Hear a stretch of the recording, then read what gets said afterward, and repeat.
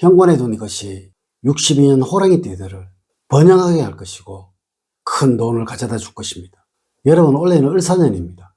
이는 강한 음의 기운을 가진 해이며 또한 성장하지 못한 묘목을 상징한 해이라 풍파가 많고 고난이 많으며 이것이 모두 내적으로 갈무리가 되니 항상 어디에서든지 심리적인 불안이 강해진다는 것을 의미하는 해입니다. 아마 여러분들의 가정 역시 그러할 것입니다. 작은 것, 별것 아닌 일에서 가족 간의 갈등이 생기는 일이 잦아질 것이며 또한 서로 대립하는 일들이 많이 벌어지게 될 것입니다. 이래서 어느 해보다 지혜로움이 많이 필요한 해이며 또한 어느 해보다 대비가 많이 필요한 해입니다. 자, 62년 호랑이띠들 꼭 현관에는 이것을 두시도록 하세요. 분명 이것은 기운의 순환과 조화를 만들어 가정에 큰 번영을 만들어 줄 것이며 또한 앞서의 모든 불행이 생기지 않도록 만들어 줄 것입니다. 우선 영상을 시청하시기 전에 좋아요, 구독, 알림을 부탁드립니다. 제가 이 영상을 제작하는데 큰 힘이 되는 것은 물론이고 다음번 영상들도 여러분들이 편안하게 받아보실 수가 있을 것입니다. 여러분 반갑습니다. 도도입니다. 여러분, 어리석은 사람들은 한 줌도 안 되는 작은 자신만의 지식을 믿고 수많은 경험에서 만드는 진리를 잘 믿지를 않습니다. 이래서 저도 늘 여러분들에게 이러한 말씀을 드리기도 하였던 것입니다. 부자들이 이야기를 하기가 훨씬 쉽다고 말입니다. 여러분, 항상 불행한 삶, 어려운 삶을 살아가신 분들은 남의 말을 잘 듣지 않으려는 공통점을 가지고 있다는 것입니다. 여러분 꼭 명심을 하세요. 현대의 분수는 바로 여러분들의 심리를 조정하는 학문입니다. 여러분들의 심리 상태를 보다 안정화시키고 또한 긍정화를 시켜서 여러분들의 무의식적인 행동들이 이러한 행동들이 되도록 만들자는 학문이 바로 이 학문이라는 것입니다. 하여서 이 길이라는 것으로 이야기를 하는 것입니다. 물론 이 길이라는 것은 여러분들이 내뿜는 것이고 또한 여러분들께서 발산이 되는 것이니까 항상 긍정적이 안정화된 길을 여러분들이 내뿜을 수 있도록 만들어주는 학문인 것입니다. 62년 호랑이띠들, 을사년 4월에는 현관에 꼭 이것을 두시도록 하세요. 분명 여러분들에게는 맑고 강하게 변할 것이며 또한 여러분들이 하시는 모든 일들이 특히 재물적인 안정은 강해지게 될 것입니다. 지금부터 시작해 보도록 하겠습니다. 첫 번째, 을사년 4월에는 현관에 이 거울을 꼭 두세요. 여러분, 올 4월에는 반드시 자축이든 우축이든 이 거울을 꼭 두시도록 하세요. 이 거울은 오행학적으로는 강한 수호형의 결정차라는 것을 말씀을 드린 적이 있었습니다. 물론 올해는 을사년이라 맑고 뜨거운 화요형을 의미하고 있다는 것입니다. 이래서 아마 62년 호랑이띠들은 올해 아주 뜨거워지실 것입니다. 또한 다혈질적으로 변하게 될 것입니다. 이래서 차가운 기운이 필요한 것이며 이것이 바로 작은 거울인 것입니다. 물론 이 거울을 가지고 다니는 것이 좋으나 이는 여성분들의 경우는 화장품 케이스에 달려 있으니 문제가 될 것이 없으나 남성분들의 경우는 정말 이것을 가지고 다니시기가 쉽지 않을 것입니다. 현관 좌우측 어느 곳이든 이 작은 것을 하나 두시도록 하세요. 그리고 나가시면서 들어오시면서 이 거울을 꼭 보시도록 하세요. 여러분, 화호행의 수호행은 재물을 말하고 있다는 것입니다. 뜨거운 화호행을 잠시나마 식혀줄 것이며 분명 재물운이 잘 살아나게 될 것입니다. 그리고 또한 여러분들의 집에 재물적인 안정이 만들어지게 될 것입니다.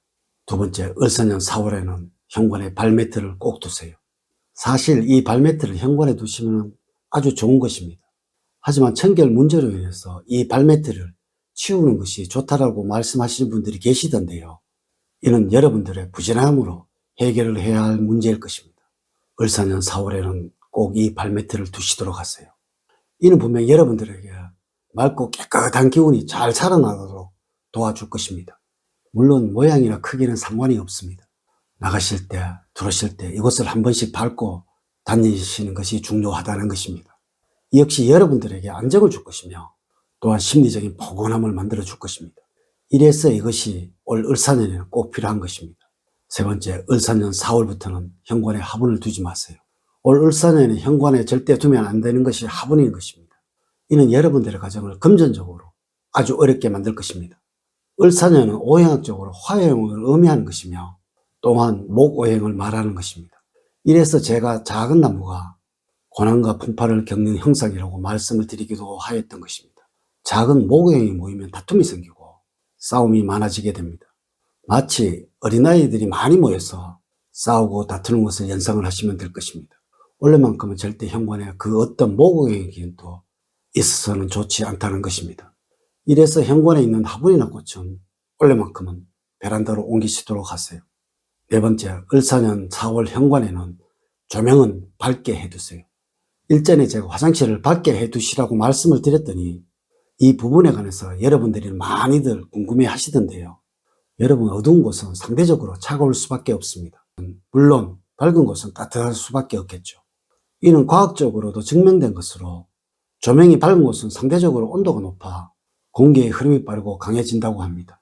화장실도 그렇지만 원래만큼은 이 현관도 무조건 아주 밝게 해두셔야 한다는 것입니다.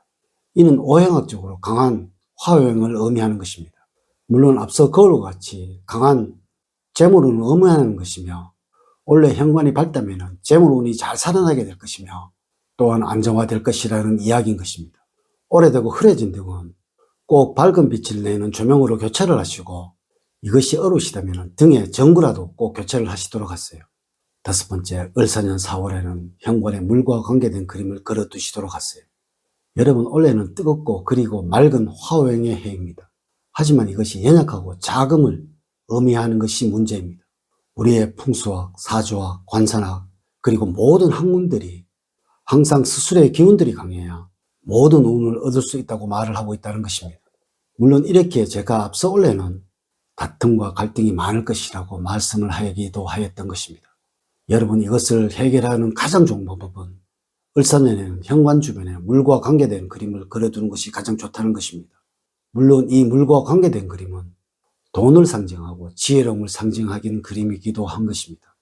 이래서 제가 앞서 말씀을 드렸듯이 지혜로움이 꼭 필요한 올해이니 이 그림을 그려두는 것이 가장 좋다라고 말씀을 드리는 것입니다. 여섯 번째, 을사년 4월에는 현관의 방향별로 이것을 놓아두세요. 여러분, 풍수는 방향을 아주 중요시합니다. 이래서 저도 늘 여러분들에게 방향에 관해서 말씀을 드리는데요. 만약에 현관의 방향이 남쪽이라면 원래 여러분들은 아주 풍요로울 것입니다. 그리고 북쪽이라면 1년 내내 행복이 넘칠 것입니다. 하지만 현관의 방향이 동쪽이라면 다툼이나 갈등이 많아질 것입니다.